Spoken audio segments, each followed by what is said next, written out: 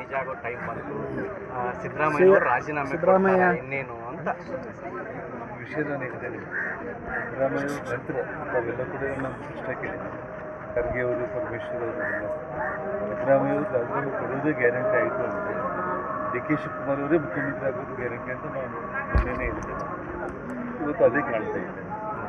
ನೀವು 6 ತಿಂಗಳಿಂದ Sandur by ಎಲೆಕ್ಷನ್ನಿಂದನೇ ಹೇಳ್ತಿದ್ರಿ sir, ಅವರಿಬ್ಬರ ಮಧ್ಯೆ ಒಪ್ಪಂದ ಆಗಿದೆ ಅಂತೇಳಿ ಆ ಒಪ್ಪಂದ ಇವತ್ತು ಕಾರ್ಯರೂಪಕ್ಕೆ ಬರ್ತಾ ಇದೆ.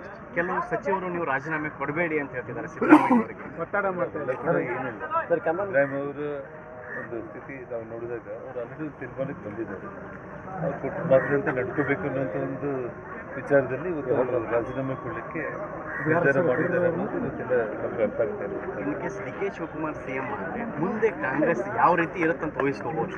ಅದನ್ನ ನಾವು ಇವಾಗಲೇ ಹೇಳೋದು ಬೇಡ, ಆ ಟೈಮ್ ಬಂದಾಗ. ಇನ್ನೊಂದು ಪ್ರೊಟೆಸ್ಟ್ಗಳು ಕೂಡ ನಡೀತಾ ಇದಾವೆ ಸರ್, ಕುರುಬ ಸಮುದಾಯದಿಂದ ಸಿದ್ದರಾಮಯ್ಯ ಅವರ ಪರವಾಗಿ ಎಲ್ಲ ಕಡೆ ಕೊಡಬೇಡಿ ಅನ್ನುವಂಥ ಪಕ್ಷಕ್ಕೆ ಸಂಬಂಧಪಟ್ಟ ವಿಚಾರ. ನಾವು ಮುಂದೆ ಅವರ ಅಡ್ಮಿನಿಸ್ಟ್ರೇಷನ್ ಆಗಿರುತ್ತೆ ಅನ್ನೋ ಬಗ್ಗೆ ನಾವು ನೋಡೋಣ.